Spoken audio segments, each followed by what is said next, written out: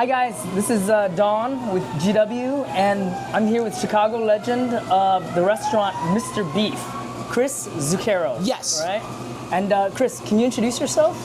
My name's Chris Zucchero. I'm the, I guess, now owner-operator of Mr. Beef at the moment. I've always been an operator of it, I guess, always technically been an owner. My father was the owner here from 1979, April of 79, all the way up until he unfortunately passed away 2 years ago, and March 1st of 2023. Thank you very much. And Rest in power. Oh, all right, right on. Yeah, for sure. And strangely, yeah, it's nice that we're having this here, because this was like his real office, was his legit. Yeah, his slicers. Legit. And no, yeah, and that's all I've ever done is just make Italian beef. Sometimes I drum and sometimes I box. That's it. Nice. And then sometimes, if I'm lucky enough, I get to act. Right? So yes, every once in a while. But Have you been on an episode of Mr. The Bear? Yes, I have. I've been on a couple of them. Yes. I've been very lucky. Yes. Okay. Me and another restaurant guy, we've been very lucky to be more than just restaurant dudes on there. Yeah. So me and my buddy, who we were talking about, Uncle Paulie out in LA there off of Melrose and 3rd, and he's got a couple other ones, but my man Uncle Paulie. So yeah. So how did the show come to be? Is my question. You know what? I think I've been working on this for like a very long time, and for many, many years. He had been at least talking about, one time he came into the restaurant here and he'd said to me, this was probably like early 2007, maybe 2007, 8. So we were both like 28 and 29, and he was like, you know, I'm writing something and it's going this place, and you and everybody here is going to inspire it. And I remember being like, what the fuck out of here? But no, and then many years later, what was that, 2021, right? Yeah, so 14 years later, he comes walking in the restaurant one day with a whole bunch of people, and he's like, you know, remember when I said this to you? And I was like, yeah. Now I'm Hollywood. Yeah, now I'm here and I'm doing it. I need to do a pilot here. And I was like, yeah, all right, sure, please do. You know, yeah, whatever you want to do. And I just said, yeah, it's yours, take it. And it is now, here we are, 4 years later, and he's done far better, I think, than any, or maybe his own expectations. I don't think, I mean, I always knew I always knew something was going to happen to him in this world. I feel that. I innately feel that for a very long time, since he's been coming in the restaurant, since I heard, when he told me he went to Hollywood and all that shit, which was like we were like 18. So, you know, or he was 18. I was 18 too. I was here at Mr. Beef. He would come in a lot. And, you know, he spent a lot of time here in this place. And, you know, so, yeah, he made it. God bless him. And we were lucky enough to come along, I guess, in a weird way. So what was the restaurant like before the show and like now, right after the show? For many years, this restaurant was like your average Italian beef stand. And then as Chicago's changed recently in the last 20 years. What people don't understand is that Italian beef is truly our root food here. It's not pizza, it's not hamburgers, it's not like when you go to fucking New Haven and you get their style of pizza. You know, Italian beef is like, or that's really what it's like. Like when you go to New Haven, that's their pizza, and you go to like Chesapeake Bay and you get the crab and all that shit, or whatever they eat down there, the crab cakes, Maryland crab cakes. It's a specialty. It's a specialty. It's our root food. And I'm very lucky to be in probably one of the more well-known beef stands. But now I'm one of just probably 9 beef stands that are left. So this place was for a very long time just a normal beef stand, but we've always kind of had this weird we've always been very lucky. You know, nowadays, food and entertainment and media and all this stuff's all together. You know, I'm a media guy, I'm a food, all this weird shit. And Mr. Beef was lucky. I mean, Jay Leno came in this joint. Saw the picture. Became friends with my father, made this place what it is. Joe Mantegna's relationship with my father. You know who Joe Mantegna is? Joey Zaza. Actor, right? What? The actor? The actor, yeah, Joey Zaza from The Godfather 3, Detective God. I wish I watched Criminal Minds. I watch it, but I one day I'm going to sit down and watch it all the way through. I can't think of his name off there. One day you'll sit down and watch The Bear too. Yeah, I will. One day. Oh, one day I will. One day I'll all the way get there. through. One day I'll get there. Yeah, I watched it and it was great. But I never watched it. I watched something recently where I watched it. Yeah. And I don't know if I ever will. It's a great show called The Outer Range. I heard of that. Yeah, it was with on Josh Brolin, Amazon. right? Yes. Yeah, Josh what an Brolin, incredible show. It looked great. The commercial what a was good. fucking sad ending, or what a sad situation. We'll never know what that show could have been. Because they couldn't, whatever happened over there, they canceled second season. So they gave us 2 seasons. And they were doing such incredible shit. But I always do that. Whatever is cool in the moment, I'm the opposite. When The Bear was like, every season, it was getting bigger and bigger. I was watching something completely entirely different. So when The Bear was in the first season, I was watching a show on FX and on Hulu called Mr. In Between. One of the best shows ever written, ever directed, next to The Bear, clearly. But this show's incredible. People are all over in my life. Dude, The Bear, blah, blah, blah. I'm telling them, hey, have you ever watched the show Mr. In Between? It's a fucking incredible show. It's the actor Joel Egerton, who's one of my favorite actors. Yeah, dude's one of the best so good. fucking actors out there. So and his good. brother. He's so underrated too. Dude, 100%. Warrior? What's that? Oh, Warrior, he's great in. Yeah, man. Oh, dude, he's great in, God, what was the other movie? It's a movie by Mike Nichols with Michael Shannon and Kirsten Dunst. It's at the top of my, I was just, or Jeff Nichols. Jeff Nichols. It was a Mud? No, well, Mud's a great movie. Okay. No, it was the one after he did Mud. I watched his newest movie, Bike Riders, and he's actually in the audience too, Nichols. The director. Oh, is he? Okay. Yeah, he was in the audience for test screening. Oh, really? Oh, you're talking about the one Bike with Tom Riders. Hardy. Yeah. Right? That was a Jeff Nichols thing. Yes. But the one with her. There's Shotgun Stories, Gimme Shelter, right? And then there's Mud. And then, God, what's the one? It's a science fiction film. Joel Egerton. I could have sworn I watched it too. And then he was in a great film, Joel Egerton, called Animal Kingdom. Oh, I love Animal Kingdom. Yeah, he's phenomenal. The Australian film. That's the one where he probably broke out. 100%. Yes. And now people don't realize that. Well, now they do. I think Australian cinema. I was already on top of it, like David Michaud, and I can't think the other director's name. The guy that did. Like that. Oh yeah, that's crazy. The guy that did The Proposition. I can't think of his fucking name. Is that? With the actor or the director? No, well that was Guy Pearce and Nick Cave and them, but like the director. I can't. David Michaud, the other Australian actor. I think he did Animal Kingdom. I can't think of his name. It'll come to me. Yeah, like why am I missing the name right now? Because I'm usually so on fire with this. And I'm not like, movies are my like fourth hobby. Because you said boxing and stuff too, Well, right? music is really my thing. I love what playing kind of the drums.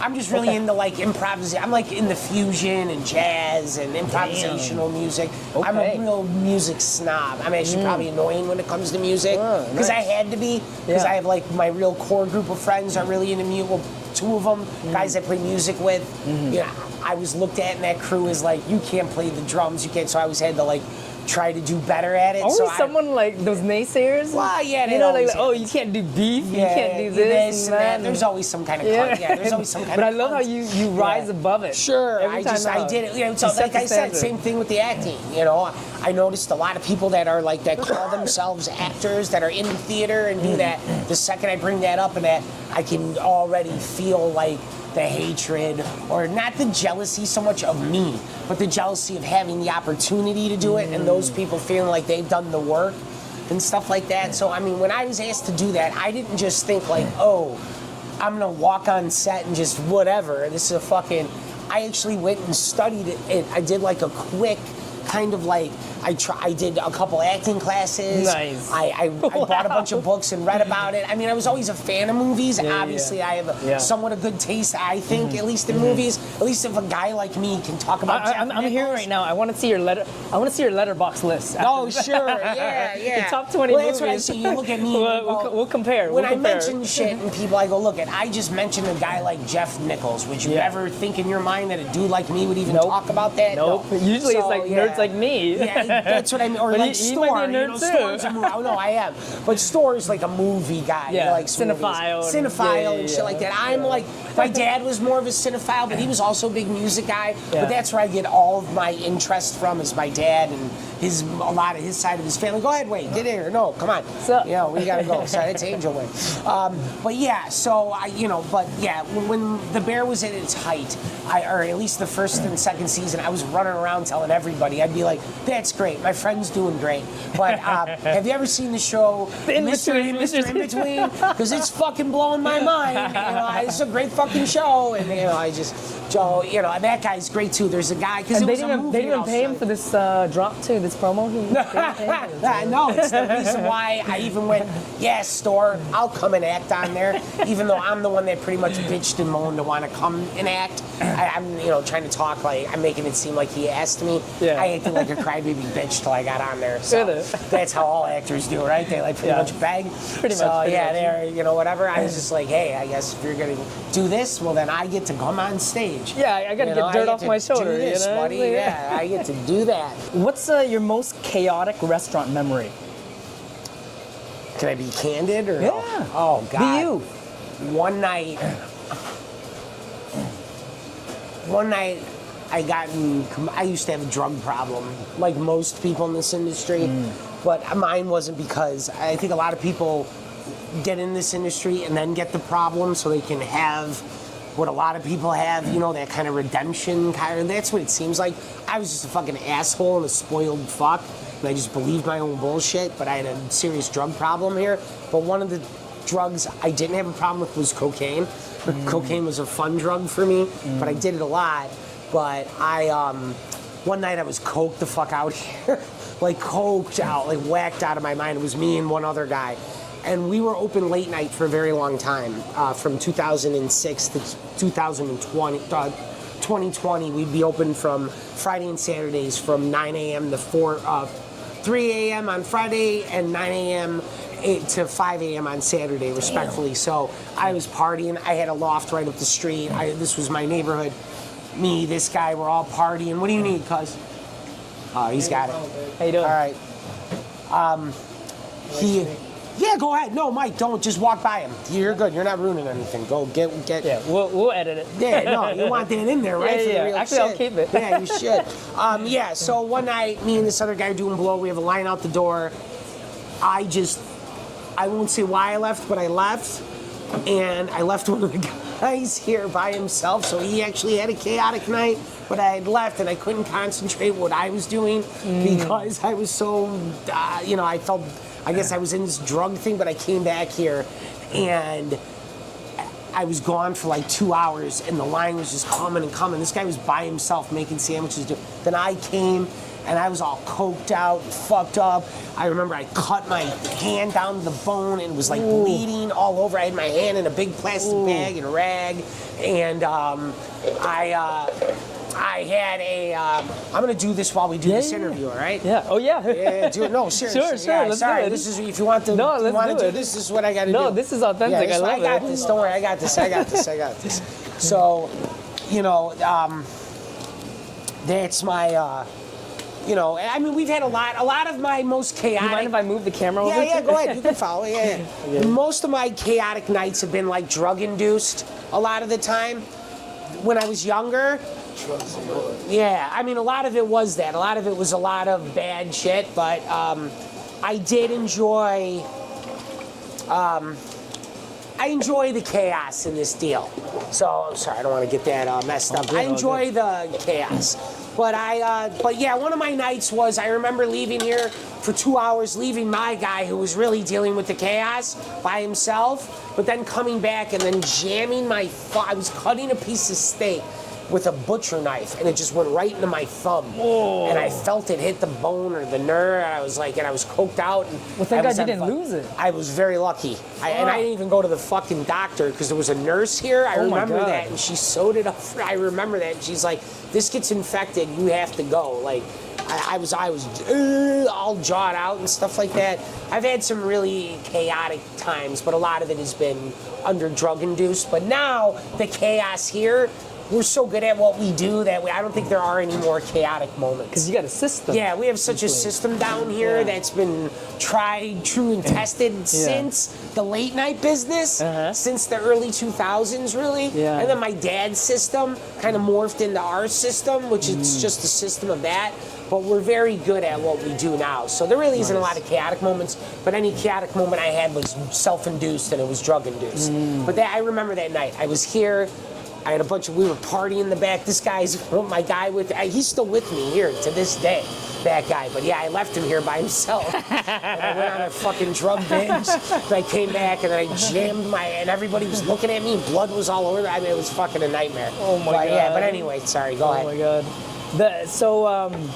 Was quitting ever an option for the restaurant? What do you mean, like quitting? Yeah, you just quitting the restaurant. Not wanting to be here and do it? No. It's never been an option. Even when I did leave, it never was. So yeah, no, it's never been. And I'm glad for at least since no, self-induced quitting, no, absolutely not.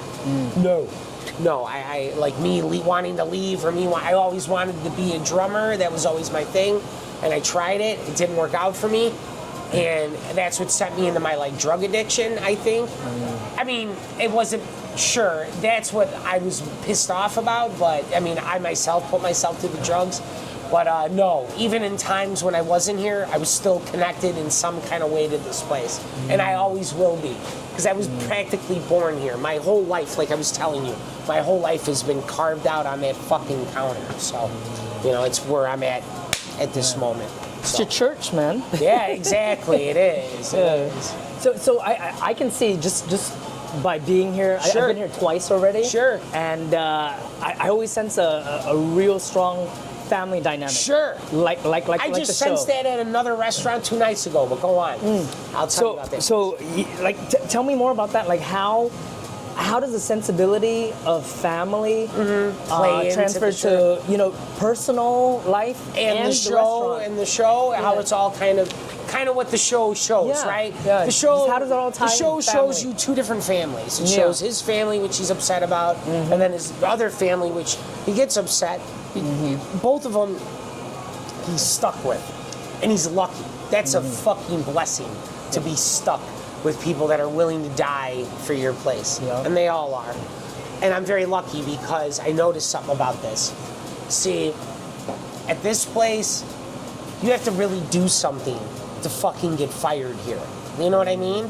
A lot of things, you really have to. You have to really piss me off and do something. Everybody's lucky to be here. I think I've been very good to people, man, over the years. I think my dad was very good to people. Sure, we've had our ups and downs. We've done fucked up shit, and that happens. That's out there. Whether it's true or not, I hear my own legend told to my face all the time. Somebody will tell me, I'm like, oh, really? I was doing that? No shit. You heard that from a Purple Monkey dishwasher? Yeah, because like I said, I have no problem telling you about all my mistakes and all the shit I've done. That I have no problem with, and I'm getting deep about it. But the one thing about this place, my dad did this. He came from a broken home, and I think he did this inadvertently or unintentionally he did this, but he created a home for other people with broken homes, and it became this thing that took on a life of its own. Some of these people, me and this big guy that just walked by, I've known this guy my whole life. I've known him. This guy I've known for 25 years. Is he the inspiration for the pastry chef? No. He looks like him, I think, because he wears the hoodie and shit like that.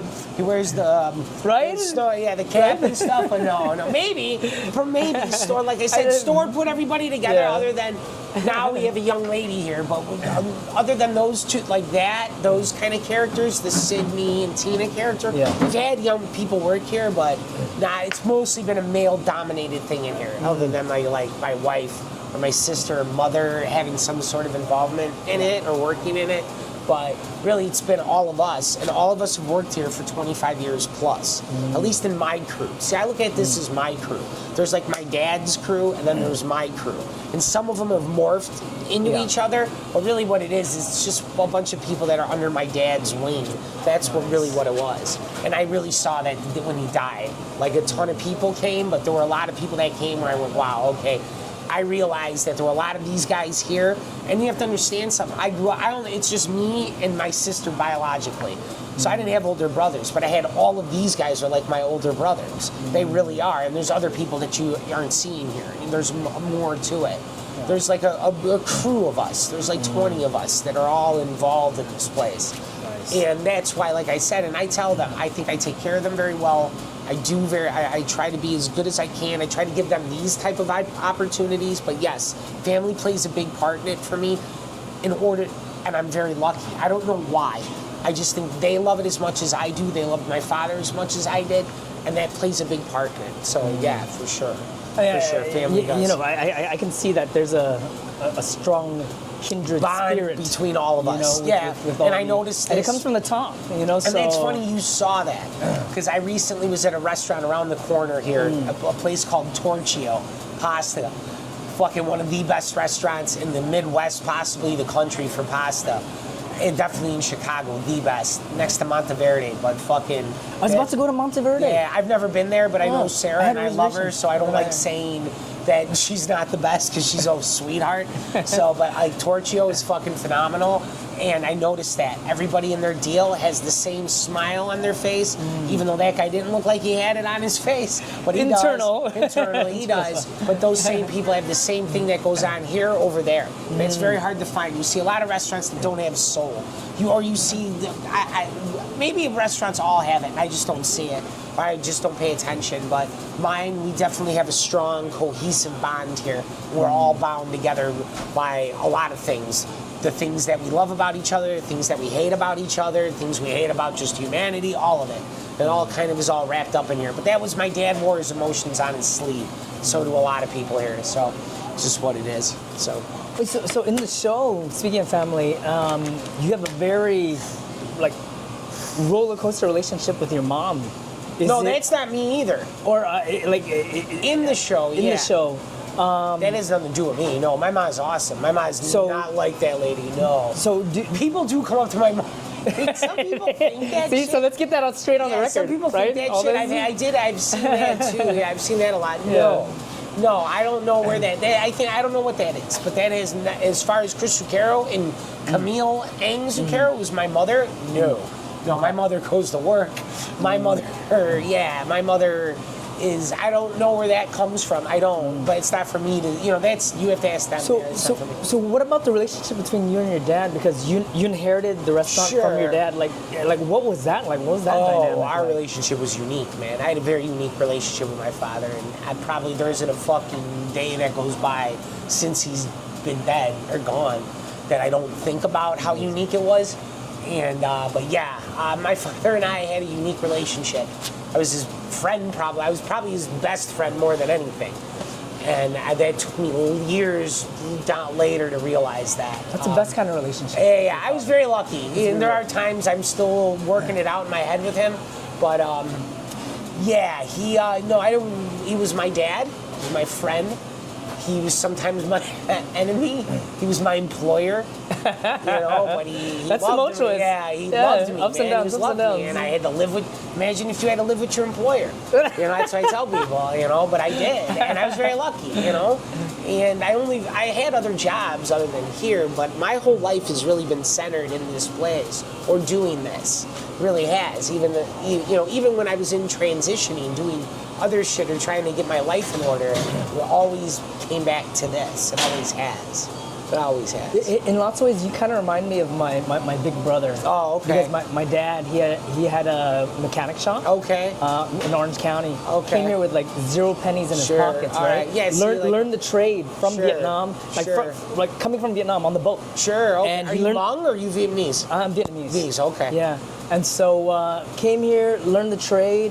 Eventually saved up enough money to own his mechanic shop. That's why your best friends from Minneapolis. You're Vietnamese. Minnesota. Yeah, go ahead. So he's but he's Korean. Oh, wow, that's weird. Because usually he's a Korean guy. I'm half Chinese. Oh, so you have Chinese? Yeah, I'm half Chinese. So, oh my God. So wow, that's mind blowing. Yeah, got rice. Yeah, got rice. Fucking, but yeah. Anyway, go on. Sorry, go on.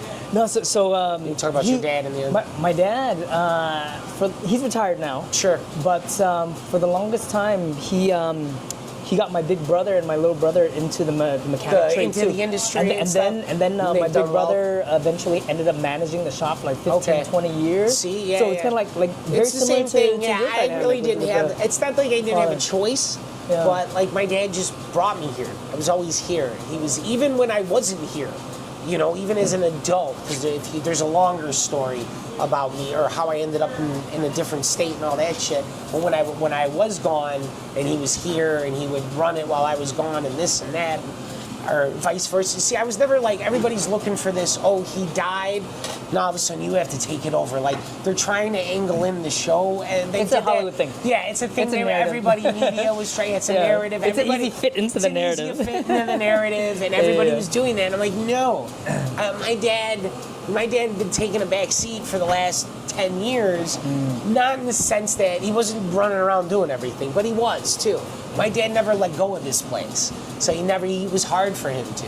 It's easier for me to do because it was his baby. I've always had this weird relationship with it because I wanted my own life, and I couldn't have my own life because I didn't want to disappoint him and all this shit. So, you know, that's why it's been a weird thing with my relationship to this place. But like your brother, I've had to. The only reason why I love doing what I do is because of my dad. That's it. I wouldn't do this. I'm not one of these industry people. I fucking hate all these people. I hate all this restaurant shit. I don't care about them and their fucking Instagram shit. I'm tired of all of it. And you don't look at yourself like a celebrity chef or anything. I know. Like that. I'm not like that, which is fine. And people say that oh, we want a feature. And I like try to tell people I am not a chef. That's a thing. I'm not part of that. I make an Italian beef.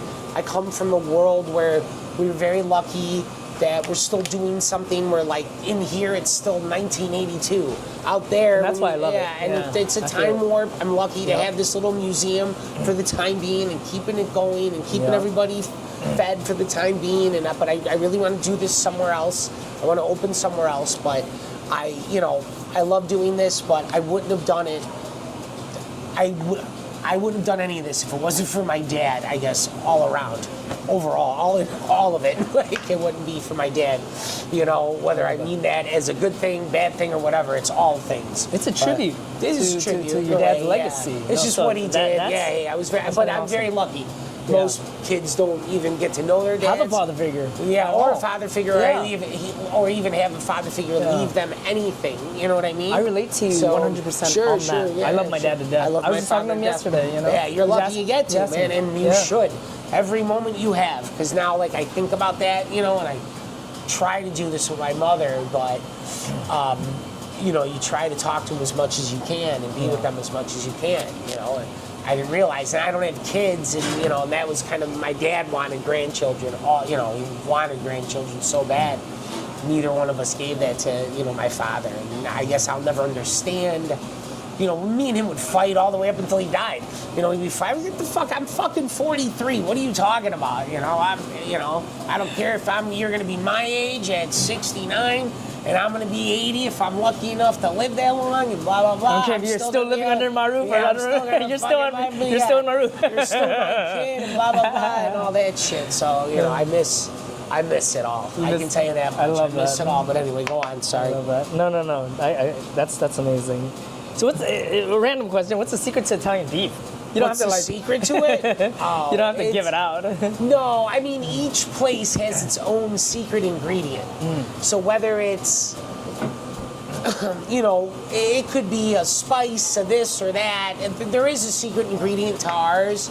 And I just can't tell you what it is, but all good. You know, but it is. You know, each place has it, so each place has their own thing. And you guys have it. Yeah, well, some do, and other places do too. You know, I'm a fan of beef stands. Yeah. I feel like a lot of beef stands are very tribal. It's all very tribal Italian beef because, like I said, it's our root food. And it's very neighborhood centric. They're all situated in neighborhoods. I'm on this neighborhood and that neighborhood, and this I grew up at this place and that place, and I'm the best, and this guy's the best, and all that shit. To me, I'm just, hey, listen, there's 10 of us left. All right, we should all just be lucky that we're all these kind of like museums, that we can keep this going. This is a part of Chicago that is dying. If you go outside, It doesn't look the same unless you walk up to a place like this, if you're lucky enough to find it. Yep. So, but yeah, that's It's kind of like the 10 boroughs of Italian beef stands. Yes, exactly, 100%. Yeah, sure. Gangs in New York. Gangs in New York. That's exactly what it is, and I don't like that anymore. That was the other generation. I don't do that. Unfortunately, because we do get a lot of attention, and this, especially with the bear, has put me in such a world where I gotta people come up to me and let me know that they either don't like the show, or they don't like me, or they don't like Italian beef, or what they don't like my beef, or whatever. So it's just, but I've been dealing with this since I was a little kid, because I really think a lot of these, because I say there's fans of food. But then there's Italian beef people. Yeah. And they're a small group of people. They're an esoteric, weird group of people. The real Italian beef customer. Most people don't know what it is. All right? Because Italian beefs aren't that culturally relevant. They never fucking will be. Even with this show. Nobody really cares about Italian beef. That's why most people know more about a fucking cheesesteak than they'll do about Italian beef, regardless of that fucking show. But anyway, they don't it's have a standard to place it at, too. Exactly. Yeah. It's just a unique thing. But the cooler Italian beef people, pre the bear and all that shit, those fucking people are whack jobs and tribal. I have my own customers that are nuts, and they love me. Then you got the customers that love Al's, but then they'll come here and they'll make a comment, and then I hope that, and I always say when I talk about that shit, I go, I hope that my customers don't go into other places and go Mr. Beef's better. Al's does, all these other places I've done it, which is fine. And I'm starting to realize now, and I've known this as a kid, because I've been hearing that since I was a kid. Oh, I suck, I'm this, I'm that, and all this shit. Starting to realize all of this hatred has to do with this shit. The media Yes, the media shit. That's why I don't like it. But blame it on the media. No, fuck you guys. Fuck the media. Yeah, no, I get it. No, but my thing is this. I think that's what it's drummed up. It's this thing, let's make it a north side, south side, Mr. Beef for L's or Johnny's or blah. Just shut the fuck up, all of you, and the gall to have an Italian beef month. And especially today's Italian Beef Day, I guess, a National Italian Beef Day. And we're interviewing you. Who gives a fuck? Here. I didn't even know. Right here on National Italian Beef Day. Who gives a shit? Why would anybody have that on a day that's meant for veterans in this country? Get the fuck out of here. So anyway, that's what I don't like about it. To me, we're very lucky to have these. Yeah. It's it's a unique thing. It doesn't exist anymore. So. Speaking of media and the show, sure. what can the audience expect from season 4 of The Bear? It's coming out soon. I don't know. I can't say anything. I don't know. I don't watch it. I don't know. I don't. I'm sure it's I'm sure it's going to be great. I'm sure it's gonna. But I couldn't tell you that. I'm not the guy to tell you or ask that. Do people treat you differently, because of The Bear and blah blah blah? Sure. Yeah. Oh yeah. How so? There's good and bad. Like I said, some people are weird with me, when I try to have, sometimes it's other people around me that are weird, hey, he's the bear dude, the bear, Mr. B, I get that. Some people are very nice to me, some people, most of the time, a lot of it's very nice people, man. A lot of the 99.9, 100% of their fans have been fucking awesome. But some people, most of the time, but it's changed everybody. Yeah, it's definitely changed my perception of people. It has. Who's real and who's not? Who's not? Who's there for certain things? Who's there? Blah, So blah, who's blah. here to just use it for this and that and all that shit? I have a good barometer for that, so I just kind of. Yeah, it seems like you have a good bullshit detector. Yeah, my thing is this: you coming in here, whether it hits 5 people or whether it hits 500,000 people. It's just always been this. That's how Mr. Beef has survived. I don't pay for fucking advertisement or promotion. I don't have to. You open up a new restaurant, you have to.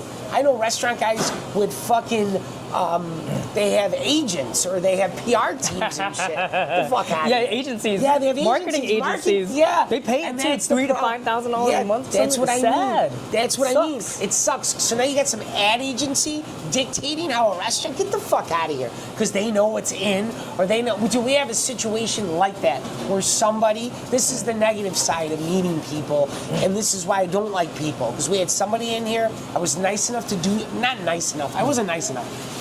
They asked me if I wanted to try this, I tried it, this and that. I didn't help them, just something happened. Well, then we kind of saw what type of person they were, and I backed off of it right away. I was like, whoa, I see what you did, sweetie. Like, I get it. Tried food? Was it food? No, it's just whatever it was. They were doing something, trying to get something off the ground. And I saw it, and I understood what I was doing, but they did something in there where I was like, I felt was like a little too fucking, whoa, like, what are you doing? Like, hold on, here, go right? Right? Would you say yes or no? Smile for the camera. That's Big Dick Mike. That's a real smile. Yeah, that's a real smile. So, yeah, it was just a weird thing, and I was trying to be nice, and then I saw something, I was like, and then they did something after I backed off, didn't back off to see what they would do, but I saw what they did immediately, and I was like, oh, I see what type of person you are. And it's nothing against them. Hey, you took your shot. God bless you. Yeah. But I just see it, and that's what I mean. And everybody uses this place now as a thing, and they expect it. They go like, oh, you're getting this. Why can't I? Yeah. And a lot of people are doing it. There's a lot of people talking in front of, I don't go like this. Hey, Chicago, what's up? This is Mr. B. Blah, blah. I don't do that shit. Like, there's a lot of, but I understand that a lot of restaurants have to. They have no other choice. Because it's all of this. It's all this PR marketing shit and like, who's hot, who's not, who's doing, like, get the fuck out of here, dude. So I'm on a different end of the restaurant industry, and I don't care anymore about it. Like, I just don't care. I see what it is. That's why you have a lot of mediocre food and a lot of, like, you see a lot of publicity, but it's a lot of drummed up publicity, you know? People are, turning around, hey, fuck them. It's because of the show. Yeah, it's because of the show. The show was a hit. The place inspired the show. But we had been doing it 40-something years before the fucking Almost show. 50. Yeah. Almost so 50. Before that show was even created, and then my beautiful, handsome friend, genius, prick of a friend's fucking mind, all right? That kid, it was happening. So I'm just lucky to be a part of what I feel is like a part of Chicago that doesn't exist anymore, and I'm very lucky, and I keep a list of those people in my head, and I recommend them to people, and I tell you, go here, go to this place, this is real Chicago. Stop going to these places where everybody's like, hey, Chicago, these are my top 5, blah, blah, blah. Like, there's so many. And that's another thing, too. I get a lot of these people that DM me, do you guys do specials for influencers? And some of them are can I get a free some of them are so arrogant to act like I'm already invested in it because they reached out to me. Yeah. The way they talk about it, like, I'm blessed, and we're humbled to even have time. Hey, with listen, I noticed that the second we started talking, so I knew this wasn't one of those deals. I know what that shit is. You see it. You would have sent me a whole list of like your followers and all you said was, hey, dude, do you have 5 minutes to do a podcast? That's real. And he's giving us more than 5 minutes. Yeah, so and that's the thing. I'm fucking, man. And that's what I mean. Somebody goes, I love getting to know you. Sure, well, yeah, and seeing all this shit. This is what it is. This awesome. is what inspired Chris. Pretty much that fucking camera is Chris' store. Yeah. He's just watching what's going on, and I'm yapping. So that's all it is. So, but, and that's what it would be like if Store was here. Yeah. He's just, and that's why he created that show, I think. He just, I'm talking, he's watching, guys are whipping by saying crazy shit. But that's what I mean. There's a lot of that has ruined the restaurant, and it's also been beneficial too. It helps a lot of people, and it's in a weird world because a buddy of mine, Big Sauce Wings, who I love, my buddy Big Pete. He's got the best. Him and his buddy Pete Naughton, who's also a friend of mine. These two have some of the best wings in the city of Chicago, possibly the Midwest. And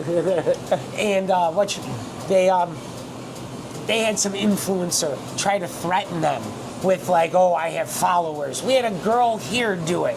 I always remember her name. It started with a V because she posted something on the internet because something was going on with DoorDash. She was getting it from DoorDash, and she mentioned Jeremy Allen White as if he was gonna fucking help the situation.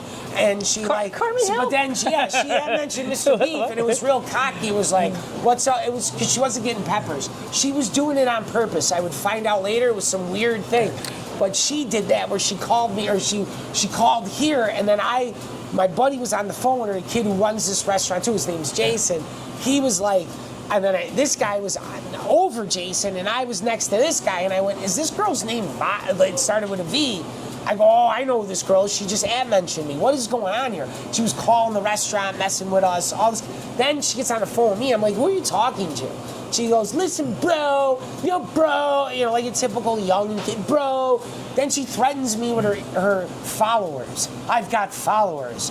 We've been at this for 40 years. You young kids don't understand that. That's fine. Have all the followers you want. Get a whole thing against me. I don't give a fuck.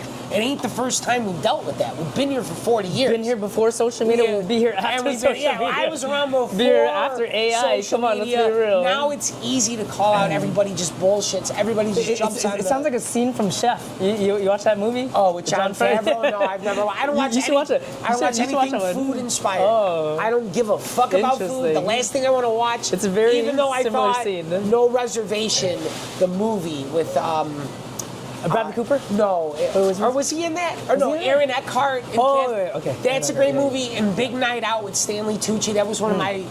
Right, Big Night Out. That was one of my father's favorite films, Big Night Out. He loved that fucking film. And my dad has the original movie poster. He has the lobby cards for that. We collect a lot of shit. My dad collected a lot of original movie posters, but he loved Big Night Out. That was the only, other than The Bear, that's the only thing I even want to watch when it comes to food. That's what I would tell people about The Bear, too. I don't want to watch it because the last thing I want to do is come home and I have time out of mind and I got to watch not only a food show, but I got to see my restaurant on top of it, or a stage version of it too. That just stress you out even more. I'm not getting away from anything. Take you to the room. Yeah, I'm not getting away from anything. So fuck it. It takes us to like the audience because like we're not even living it. Well, see, that's why that show is so big. It's because everybody's either been in this industry or attached to somebody who has or uses like we all use this industry, but now there's been this kind of opening of this industry, this interest in it, and there's media, and most of it's silly, but then you get those fucking diamonds in the rough. You'll get Anthony Bourdain, God rest his soul. You'll get Charlie Trotter, who used to eat here all the time, God rest his soul. You'll get a Maddie Matheson or an Action Bronson. You'll get a real perspective of it. Somebody cool. You see the guy that's like, hey, dude, I'm trying to do, you get that. Then you see somebody real, and that's a perspective. And that's like a lot of it now is just silly and chintzy to me. Yeah. A lot of Italians are doing a lot of dumb shit. They're all like, and I get that. That's great. Because there's some people, it works. There's a guy who does all that shit, and I send people to his restaurant. Yeah. I would never eat at his restaurant, but his food looks so good. Sometimes it's like style over substance. More often than not. 100%. And that's what I mean. A lot of it's silly, but his food looks so good just on that. And I've had people come back and go, I've actually done tests. Where I'm like, DM me. Let me know if that food's good. Because I have family that eats there, but I want to know if that food's good. And they're like, oh yeah. So I send people. So it does work. That's why I don't hate on it as much as I'm very lucky and I just don't need it and I don't really care. I'd rather just talk to somebody. I don't need your influence. I don't care if we're ever on a top 10 list again, especially. I haven't for almost 30-something years. I haven't cared. When I was like 12, I did, and 13. But then I got older and I just didn't give a shit. And I was just grateful I had this. For the last 15 years, I don't care who mentions us, and especially now after all of this, I don't care who does or doesn't. I just don't. We've just been very lucky. So if you do, you do. I don't give a fuck. I know for a fact that there are other beef stands that watch and see if they're making some list. Like if WGN's got the best. People will tell me that. I go, what? They're like, dude, you're in contention for why. I have no idea what they're talking about. Or what are you talking about? WGN's doing a beef. I don't know what you're talking about. Well, dude, you're on. I don't know. I don't care. Why are we doing that? Who gives them? You have nothing to talk about? This whole fucking city's falling apart. You're worrying about best Italian beefs? Get the fuck out of here. So all of them are the best, all right? I'm the worst. I'm happy with that. I can say that. But for all the other people they're all the best. And the reason why is because there's only like 8 of them that really do it and taste good. And then there's 2 like McDonald's, Burger King versions of it. It's all about volume. It's all about volume. Yeah, it's all just stupid. But then when you go into a beef stand, it's like, oh, whether you go by me, whether you go by my favorite, which is Luke's on Jackson, whether you go to Scatchels, which is another one of my favorites. This used to be my favorite, but I walked in there and they were fucking rude to me. But I didn't know why, because I was like, I liked the place, and I really did. I didn't walk in there like who the fuck I was. I was wearing a hoodie and all of it. I had my headphones on. I was coming from Restaurant Depot, but there's another place called Franny's. They've got a great beef sandwich. They got great food, man. Places like that don't exist. So, and that's why they're still around. There's a testament to that, you know, and I'm fucking proud to be a part of that. I don't care if I'm number 143 on the best Italian beefs in Chicago, and I'm fucking happy where I'm at. I don't care. I don't give a shit about that, but yeah, for sure. So one of the main mantra that sticks out to me with the show is every second counts. There's a billboard up there. Yeah, that's like every second Chris counts. Storm, Maddie Matheson, that's all their kind of talk. So every second counts. What does that mean to you? It means fucking what my dad would say about everything. This place is a nickel and dime joint, or son, in order for this place to, you know, for it to function, for it to keep going, you need to eat, sleep, shit, and fuck these places before anything else for it to work. So I think that's what every second counts. Everything matters. It all matters. You have to do it. You gotta show up. It all counts. Especially if you're providing a service for somebody. It all counts. You can't go in there. It can't be personality above actual production. It's gotta be in the end, you've gotta be fucking executing those sandwiches, you know, and making sure. Whether it's here, whether it's some high line, look at me, I'm James Beard, Jean Banchette, whatever the fuck all that shit is. All that, whether it's Highline, look at me, I'm we're restaurateur and all that kind of stuff, whether you're doing that shit or whether you're working at fucking McDonald's. You know, I mean, that's how it used to be. You don't see it anymore. That's why people should be excelling, or at least, I think I wish you would see more people being successful at it, because there's such room for it. There's such space to take advantage of, like, there's a ton of mediocre shit out there. But whatever. It just seems like a lot of people in this industry, it's a way for them to get noticed, you know, and that's what it's just, you know, that's kind of what the food industry, is turned into. But that line means a lot to me. Wow, every second counts? Yeah, like sure. Basically, like even before this interview, I was coming out of we have a media RV that I drive all across the U.S. Oh, cool. For the company. Oh, fucking that's awesome. I love fucking driving. I hate sleep flying. in that. I've been sleeping in that that's for awesome. Can I I've take been a sleeping picture in the of that? RV for like the last 6 months. Oh, that's fucking awesome. Yeah, but the RV is not here. The RV is like in Cicero somewhere. Ford City. Cicero. Ford City. Ford City. So I bust. You've been staying over there? Yeah. You're staying out west? So I bust from there to here, hour and a half, basically. You got family over there? Your Airbnb? No, just because like I found a parking lot. A big parking lot that's like empty, desolate. It's right next to the Planet Fitness. I'm like, okay, cool. I'm gonna wake up, shower, exercise, and come back into my RV. Well, since we talked to you, next time you come to Chicago, you can park here.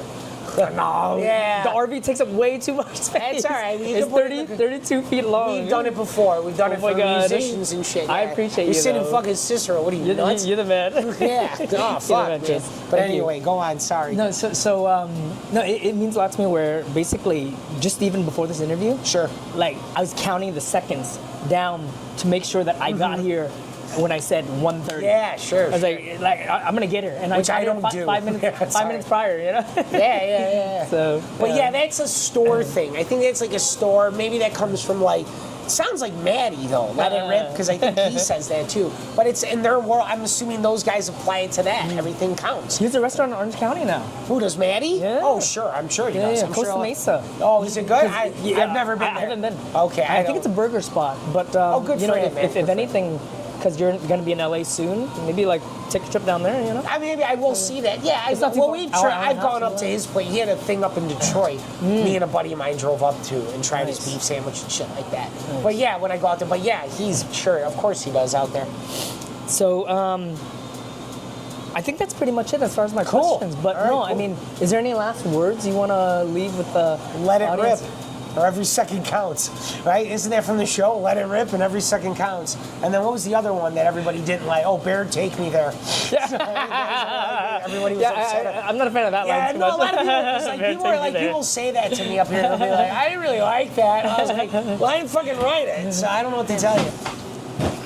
Fuck you, Don. Fuck me, chef.